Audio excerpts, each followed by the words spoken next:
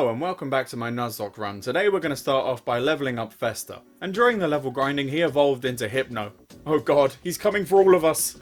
Tonight, you. Let's go to Route 9 to catch some Pokemon then. And here I caught...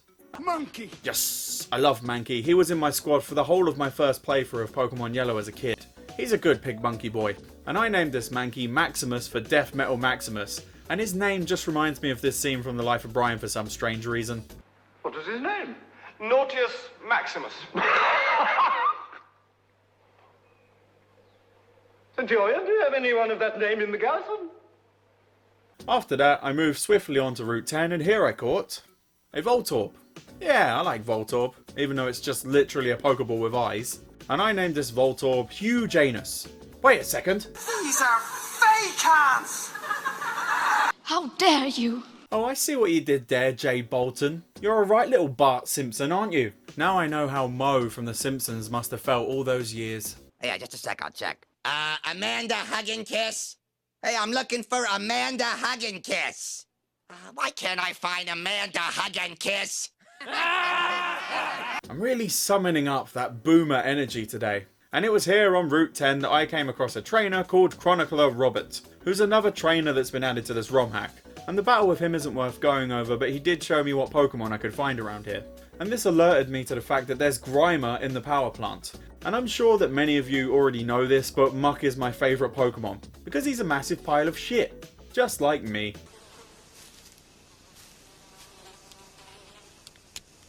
That is one big pile of shit. And this started me on a grand quest to get a Grimer. And I was annoyed to find that I didn't have any Pokemon that can learn Surf left. Bugger. I will continue my quest to get a Grimer after we catch a Pokemon in the Rock Tunnel. And here I caught a Machoke. What is going on today? I'm getting so many of my Gen 1 favourites. I may finally have a Machamp in my squad like I wanted when I was a kid.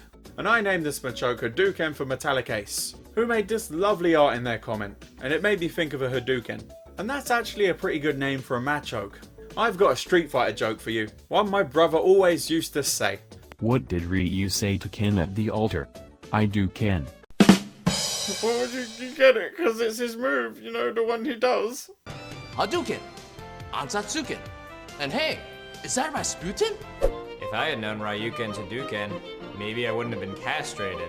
So after this, I went on a little quest to try and get a water Pokemon so I can go to the power plant to get a Grimer. Well, potentially. And my first thought was to get a fishing rod, but they've changed how you get the fishing rod in this game. And this one change they made, I don't like. It's far too complicated. Just give me a fucking rod for God's sake. Rod. So I first went to the fishing guru on Route 12. And instead of giving me the usual super rod, he just gave me an old rod, which is of no use to us. So I then went over to Vermilion City, and the fishing guru here didn't give me shit, he just told me about his brother at the Lake of Rage. I'll give you a fucking beating of rage if you don't just give me the fucking decent fishing rod, you old cunt. So I then went to the fishing brother at the Lake of Rage, and guess what? He wanted me to show him the biggest Magikarp he's ever seen. So here, at the Lake of Rage, I caught a Magikarp, the most powerful of all beings. I am honoured by his presence. Magi means magic, and carp means fish. What do you get when you put them together? Wrecked! That's what you get! And the lucky bloke to get this Pokemon named after them was Jacob. Well, you did say you wanted the stupidest Pokemon, so there you go. So I go back to the fishing brother and I present him with my Jacob. And you know what he said? It was too small. Your pee-pee small. With my honour insulted, I decided I would get my grimy boy another way later on. I next went down to Route 15 and here I caught a Nidorino. Again, another Pokemon I'm fond of. Eventually having a Nidoking would be absolutely epic. And I named this Nidorino Squirrel for the Squirrel King.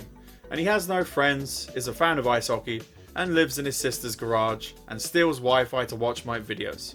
And I appreciate that. And I really want to read your fanfics about our adventures. I imagine there'll be something like this. Actually, Rich was telling me about the problems with your balls and penis and butthole that everyone found out about in your English class. Wow, was Sonic surprised. He did not know what to say. I then headed to Route 14 where I caught a motherfucking Chansey. Well, that's a rare find. And I named this Chansey Alice after Alice the Idiot. Well, well, well, Alice. I expect some art of our Lord and Saviour in the next month or so.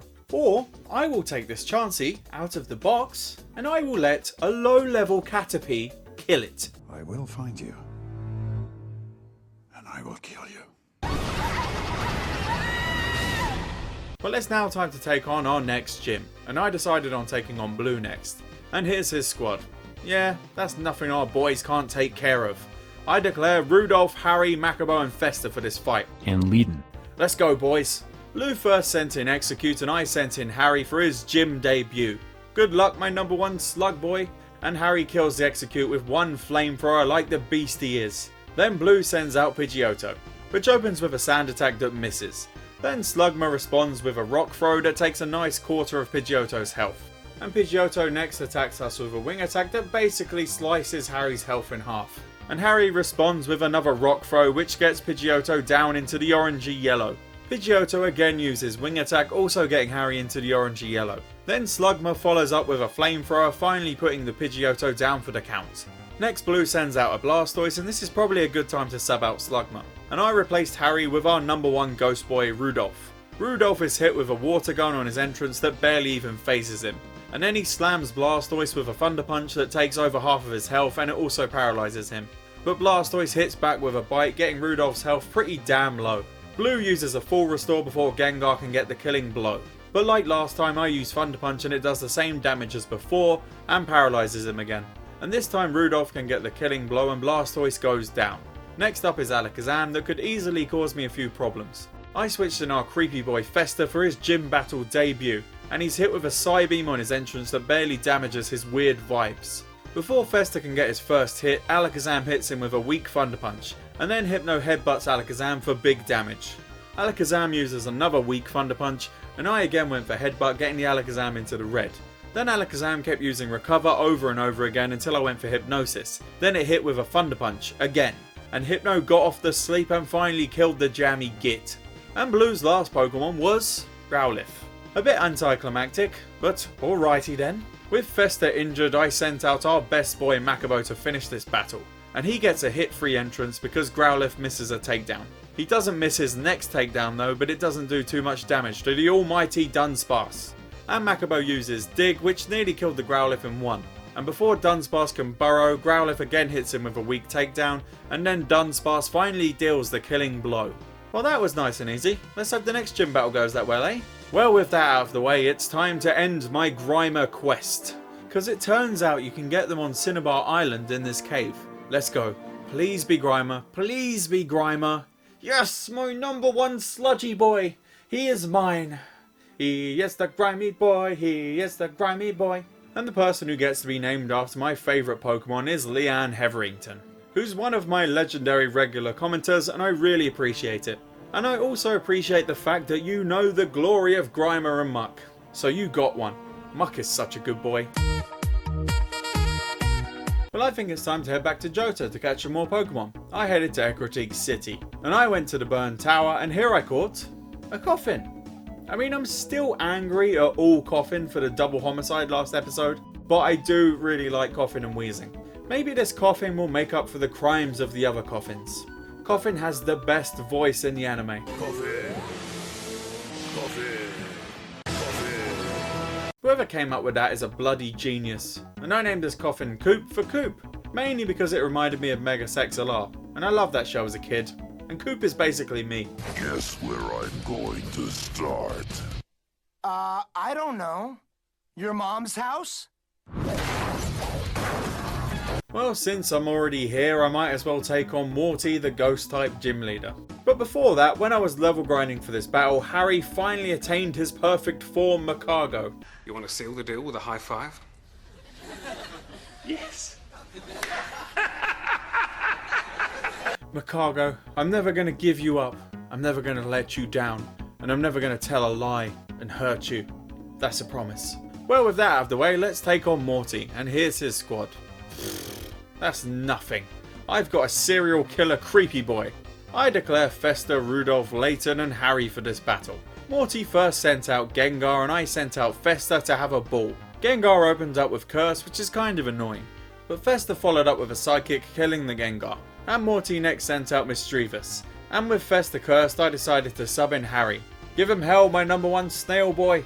Harry takes a Psybeam on his entrance that barely damages him but confuses him. Mischievous next uses a Psywave that gets Harry's health to just over half. And then Harry hits himself in confusion. Come on Harry, I believe in you. Mischievous again uses Psywave.